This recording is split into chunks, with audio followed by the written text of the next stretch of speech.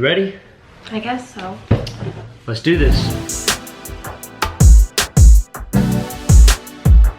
Alright guys, so welcome back to Vowed. This is our second video. So today we actually are going to unfold our story a little bit. Our story of marriage, divorce, and death. And we're going to explain to you why we use those three words and what they mean to us. Alrighty, so let's dive right on in. Me and Cameron met at church. We were both very young. Well, I was very young. I was 14 and he was 18. Pause. Hang on a second. Because she did not look like she was 14. She looked older than I did at the time. And we knew their family for a very long time. So I know it sounds bad, but I mean, hey, we're here today, right? Play. So we started texting and talking. And my dad was like, no way, not Your Cameron. brother actually Which I was 14 like, years no. old. Looking back, I'm like, holy moly, way too young. So we were just like friends and talked because my parents were like, no way. Well, they had good reasons though too to be like that. Yeah, Cameron was kind of known to, I hate saying this because none of this reflects who he is today at all. But he, you know, he dated a lot of people. So, and I really don't even know how we're still here. Well, it's God, It's obviously. And you know, guys, like Alyssa said, I dated a lot of people, and you know, I grew up in church, just like Alyssa did, but you know, I was very gray in a lot of areas, and that means that I played the game really well, went to church on Sundays, but I also dipped into the world a little bit, which means that I did things that non-Christians do. I took that into our relationship when Alyssa and I started dating, and unfortunately there was a lot of unfaithfulness and there was a lot of immaturity in that relationship, and so we had a lot of problems through our relationship, and we would break up, we'd get back together, we'd break up, we'd get back together, we'd break up, we'd get back together, a lot. And it was very rough. It was rocky. But there came a time where I finally came clean to Alyssa that I was still involved in pornography, which I had been addicted to since I was like 13, off and on. And finally, after I told her, I mean, I had no problems after that. The Bible even says that truth shall set you free, and it actually did. I had no problems, and so it really helps. So before we move on, I encourage you guys, the first step to any relationship is to be open, to be honest, and to be truthful. And you get it all out on the table, it's like ripping that Band-Aid off, and it makes everything so much better, so much smoother from the get-go. It was going really, really well, and we ended up getting married in 2012, September 1st. Woo woo. Yeah. So we were actually together for 4 years before we got married, and we had a really good, you know, relationship and marriage. And everybody, it was actually, everybody would know, Cameron and Alyssa. We were stuck together. We were like attached at the hip. I was living with my grandparents at the time in Oxford. I would drive from Oxford to their house to work at night, because I'd work midnights at the time, and then I just did that triangle, and it was every day I was over at Alyssa's house, every day, and her mom would actually say, he's not coming over today. That was like my grounding. But then something would need done, or I was like, Cameron will do this, Cameron will do that, and so I get to come over, so that he'd do housework so he could come over. So I became a part of the family very quickly, because that's what, and I actually say today, that's why my relationship with her mom and dad is the way it is, because we were with them all the time. Because of her age, we, you know, weren't on too much. My parents, thank the Lord, were so, you know, wise on me and Cameron always being with them and never being alone. So we were always with them. We always went everywhere with them, and it really built our relationship together as, I know it sounds silly, but I mean, as one. It's just, it's amazing. I thank God for it. You know, as a teenager, you're like, but you know, when you get older, it's so. I love her parents, and I wouldn't change any of it for the world. So yeah, 4 years we were together, and then we get married. Diving right on in, I wanted kids, so I was like, I'm ready for a baby. So really, Cameron's like, you know, let's wait a year, and so we said we'd wait a year, but we actually started trying right away. And no, we weren't being careful, if you know what I mean. And whatever happens, right? Yeah, you guys know. Well, we went through a couple miscarriages. We did. And that was really hard, but we ended up being pregnant with Liliana, our first. Well, she's technically 5. Bela, but because we changed her name changed, so that's a whole other story. We can talk about that another time. Her name is Liliana. Stay tuned for that one. That'll be a good one. Her name is Liliana. And so we were just, I was so head over heels. Yeah. And after I got pregnant with, or after I had Liliana, there was just a moment in a time where I just got this really, really strong desire for God. I think as a parent, you start to turn and shift your like whole world into what is truly important. Yeah. And what was truly important was for me to be the parent to Liliana and the wife to Cameron that I needed to be. Yeah.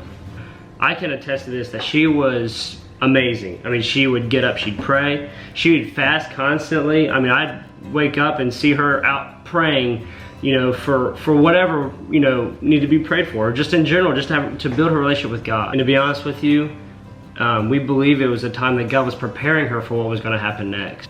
But shortly after we had Liliana, while Alyssa was growing in the Lord, I actually was decreasing in the Lord. Not that I didn't love the Lord, not that I, you know, knew what was right or wrong, or not that I was doing wrong on purpose. I just didn't build my relationship with God like Alyssa was doing.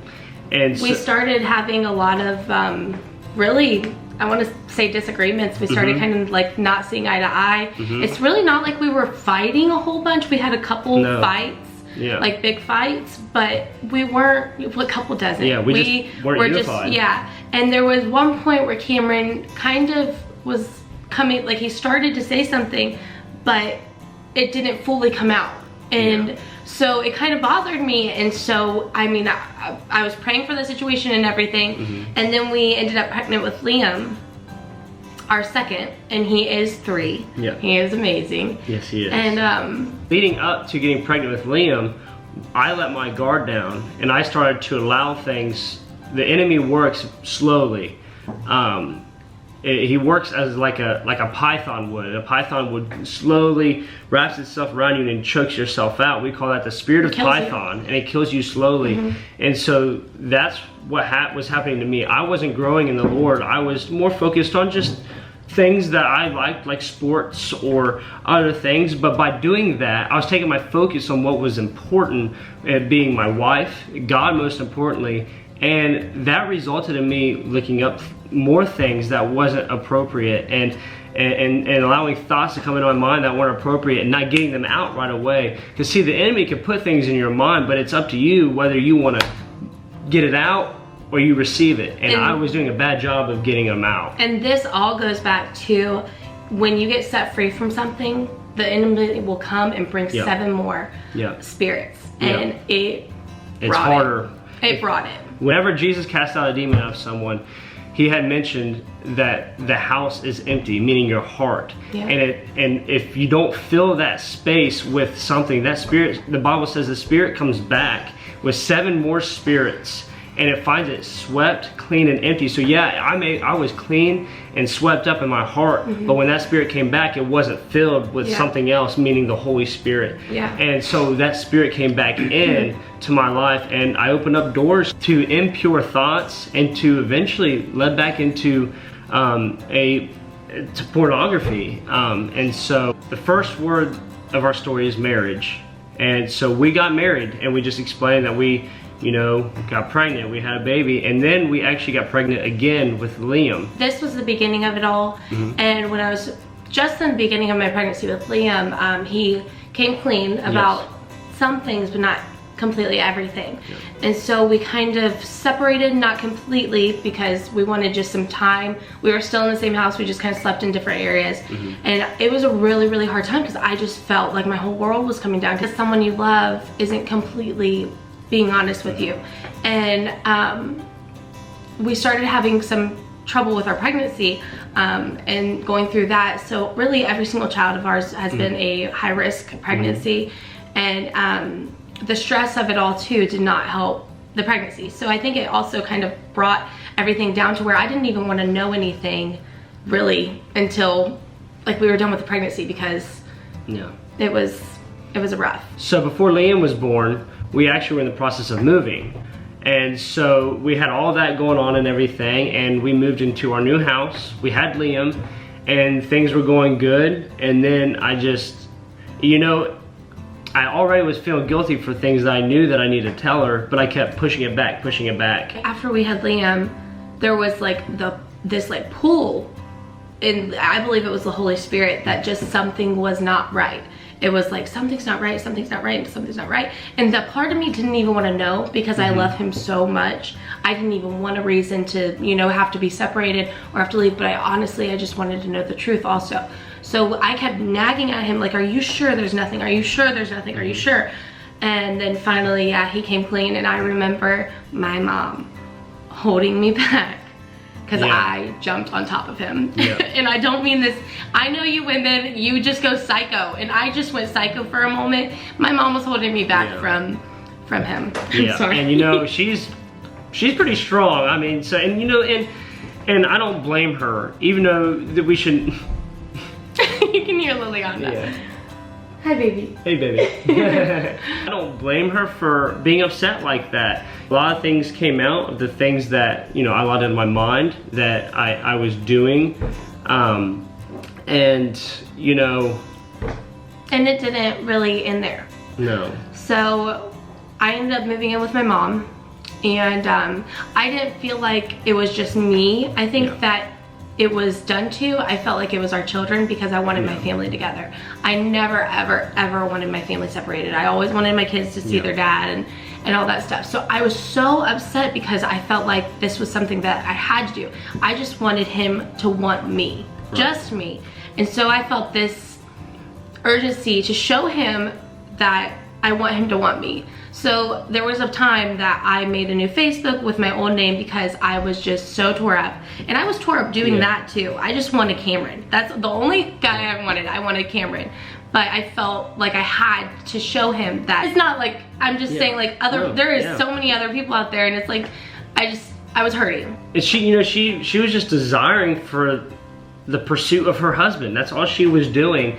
And because I wasn't doing that, and not because I didn't love her, but because my relationship with God was not where it needed to be, and I was focused on Cameron and not Alyssa.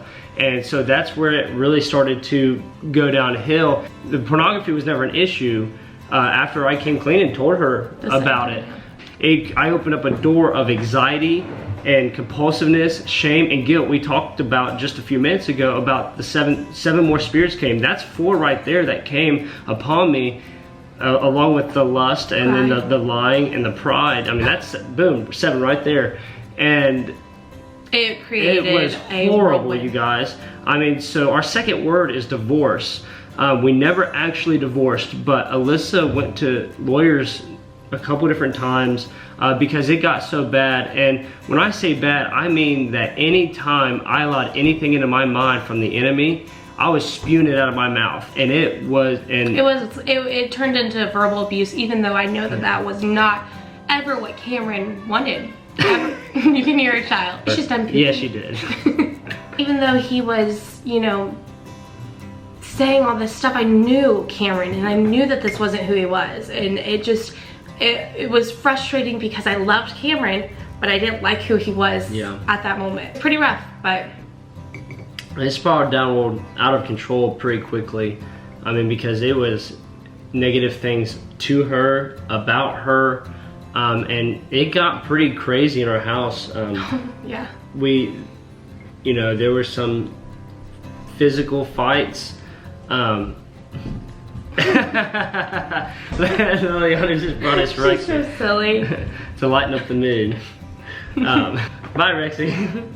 But it was so much that Alyssa just couldn't handle so much, you know, and it was pretty crazy. And looking back, it's very embarrassing on my end, to be honest with you. Looking back, I wish that we would have completely separated ourselves, which is what my parents was telling me to do, but I was so, I think a part of me was so I wasn't used to it. Me and Cameron spent every single day together up until that day. I mean, it was 5, how long were we together? 8 years? Like 8 or not, or 8, 7 or 8. We were together like we were together like 7 or 8 years. And every single day. Yeah. And so I think it was really difficult for me to get that through, but it would have took away a lot of hurt, because every day that we were with each other, it was really something negative, you know, something really that just pulled me down. And so that's where Satan really attacked my joy and my peace, and really, everything. So it also, if you guys don't think that fighting affects your children, it most definitely does. Liliana was completely potty trained. She started having like spurts of peeing in her pants. And pooping too. And we were like, we can't do this anymore, especially in front of our children. Hey you guys, I mean, it got to the point where I was even doing stupid stuff, like hitting myself in the head with pans. And I would be on top of him, pulling them away from him. Banging my head on treadmills, and even holding a gun to my head. And a lot of it was to get her to feel sorry for me, because, you know, I knew that I didn't like what I was doing, but I felt like I couldn't control it. But it was because I allowed the enemy, demonic spirits, to come into me.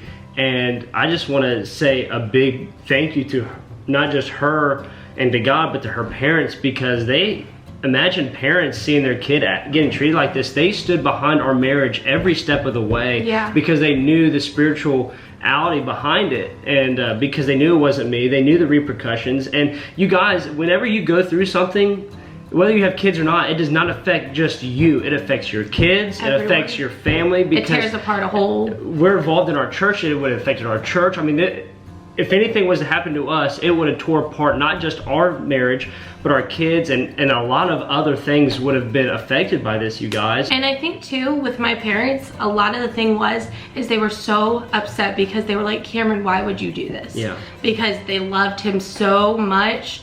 And really, honestly, my parents are pretty, they're pretty forward with what's true. Yeah. And so when your dad would tell me, Cameron, just keep your mouth shut. And he's like, it's not that hard. It's so like, oh, sorry. So you imagine your child being told that maybe like they're, you know, not pretty, or somebody wouldn't want them. You would be like, get them out of there, you know. But my parents, I can't believe how strong they were, and saying, Alyssa, if you fight through this, it will be worth it. And they prayed for Cameron and me. I know every single day through all of that. And so really, I don't think we would be here today if it wasn't for my parents. Absolutely. Because they've been really and that's where you need someone there to support your marriage and to support you. Yeah. Whether it be your parents or both, you know, spiritual leaders. Yeah. You need someone there, definitely. Let's let the record show that I don't think that. She is very beautiful. I think she's the most beautiful woman in the world, and people definitely want her, and I am the blessed one that got her. So praise God for that, right? We got another getaway. We're almost done. We're almost done telling our story.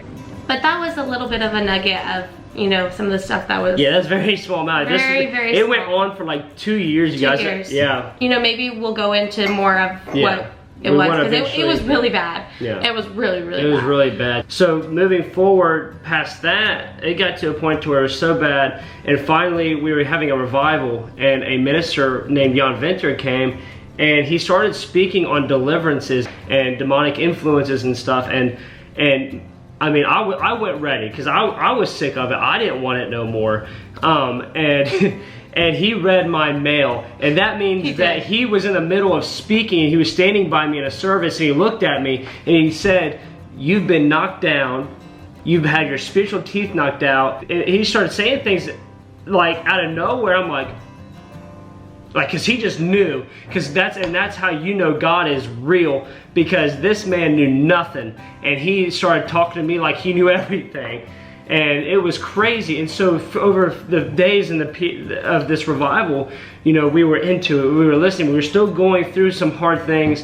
And I mean, because it was a daily thing, you guys. So as these days are going on of this revival, finally the last day, he actually did a deliverance service, and praise God, I really did. I felt a shifting, and I've never experienced something like that, and I never want to experience it again. And I felt a freedom and a joy that I hadn't felt for a long time. After that, you know, I got delivered and I got free. We still were going through things, you know, that the enemy was still trying to get back in, and it took some time for me to, you know, to overcome it all finally and to get it all out. It didn't take too long. Well, actually a month later, I think it was a month later, somehow, have no idea how, we ended up pregnant with Lainey. Well, we know how, but we just don't know. Yeah. Like, we're like, yeah, because there was. We weren't being careful this time.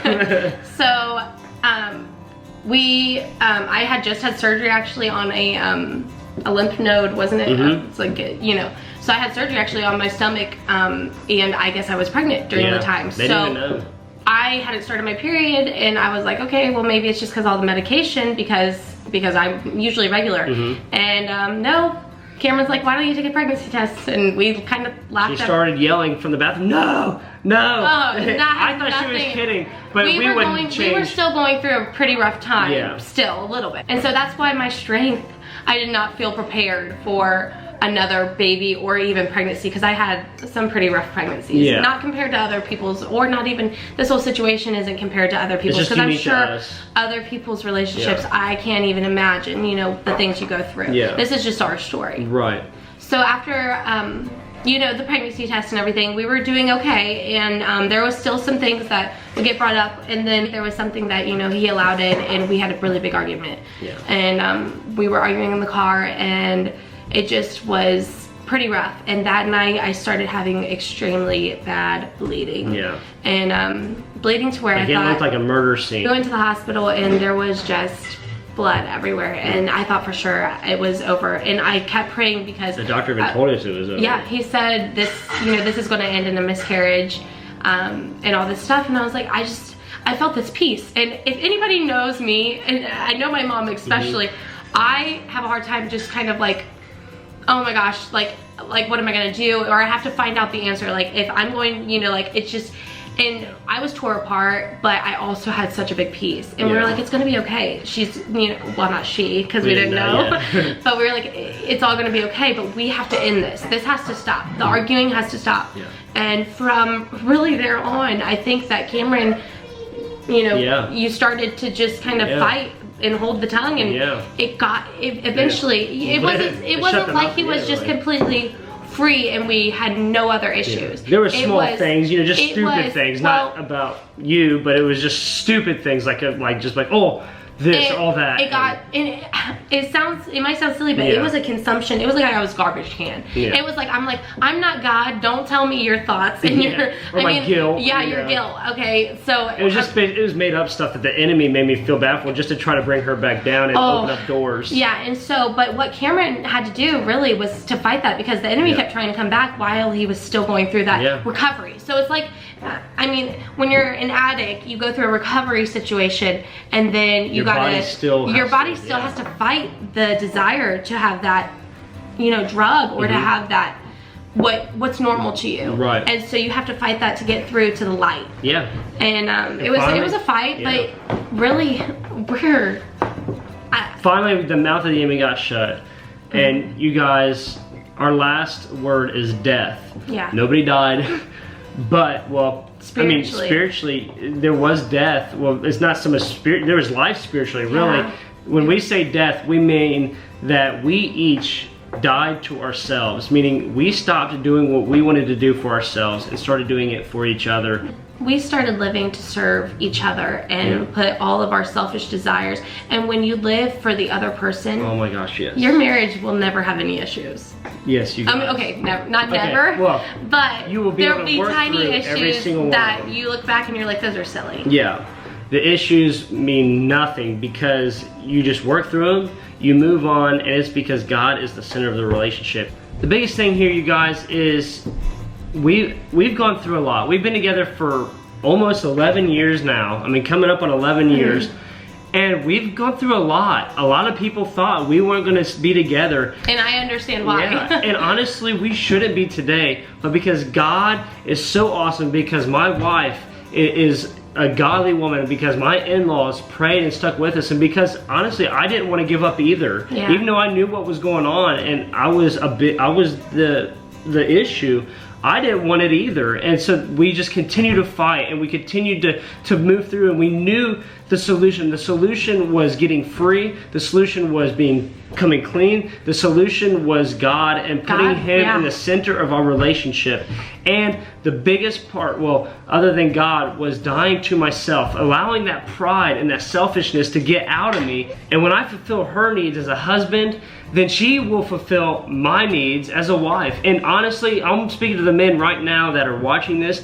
You guys are the backbone. It is your responsibility not to rule over your wife, but to lead her and to guide her and to put her before yourself. And when I say die to yourself, that means put all your selfishness and all your pride aside. If I would have done that a long time ago, we wouldn't have all this stuff to talk about. But because we do, we believe it's a tool and it's a testimony. It's our story. And we believe that it's a story that God is going to use to bring glory to Himself and to help restore marriages, families, and relationships. And we want to put ourselves out there to you guys to let you know that God is so good when you put Him first. Yeah. Man, if you guys will just meet your wife's needs and put her first, everything will get better. When a guy steps up and fulfills everything, you have no problem giving him, I mean, really, you're gonna satisfy his needs because he's satisfying your needs. So it is such a team effort. Yeah. Marriage is not 50-50, it is 100-100. And really, if you both are giving complete 100-100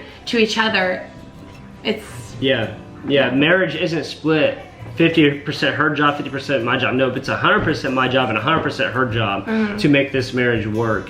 And ultimately, you guys, through marriage, through divorce, and through death, we now live in a much better state. We're happier than we've ever been. We're closer to God than we've ever been. We continue to grow every day. Our marriage isn't perfect, you guys. We argue, we bicker, we fight. Yeah. Still, I mean, that's part of marriage, but the difference is we work through it, you guys, and we stay unified because we know the enemy isn't my wife, and I'm not my wife's enemy, but the enemy is the devil, because the Bible says he is a lion seeking who he may devour. That means not just individuals, but families. I mean, looking back, there's nothing, I would still, continue to stay with Cameron because we are so much happier. And they say that actually when you're going through a rough time in your marriage and you stick through it and you don't end it in divorce, those people are 100 times happier that they stayed through it than, because really, honestly, you're gonna bring those issues into another relationship if you don't take care of them. Absolutely. So that's good. It's not your partner that's the problem at all. Man, that's good, honey. All right, you guys. So I mean, we told you our story. We shared just a little bit. Honestly, there's so much more we want to share, but we can't fit it into one video.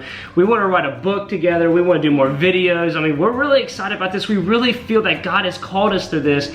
And we are so happy that you guys are a part of this. We want to hear from you guys. What's your story? Let us know your story because we want to be a part of your journey as well as you with ours. Yeah, and also comment down below if there's anything that anybody needs prayer for. We wanted to share our story with you guys so that you guys could, connect with us more and understand why we're doing this.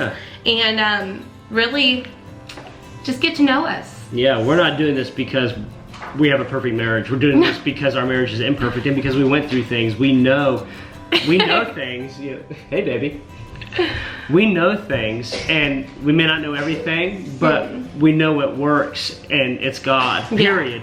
It doesn't matter how old you are. You can be any age to know that God is the solution to everything. He is. And we're going to end this right here. There's so much more, like I said, we want to do. But our kids are awake now. We can't fit it all in one video either. It's a lot. So we're going to continue to make videos, get our book out there, and you guys... Wrong YouTube channel, baby. But you guys... Taught him well. But you guys, thank you for... Subscribe to our channel. You guys, this right here is joy. We love our family and our kids, and I can't wait to actually get off here and spend time with them. So you guys, thank you for being a part of this with us. We can't wait to continue and to do this and see what God's going to do, you guys. We'll see you guys next time.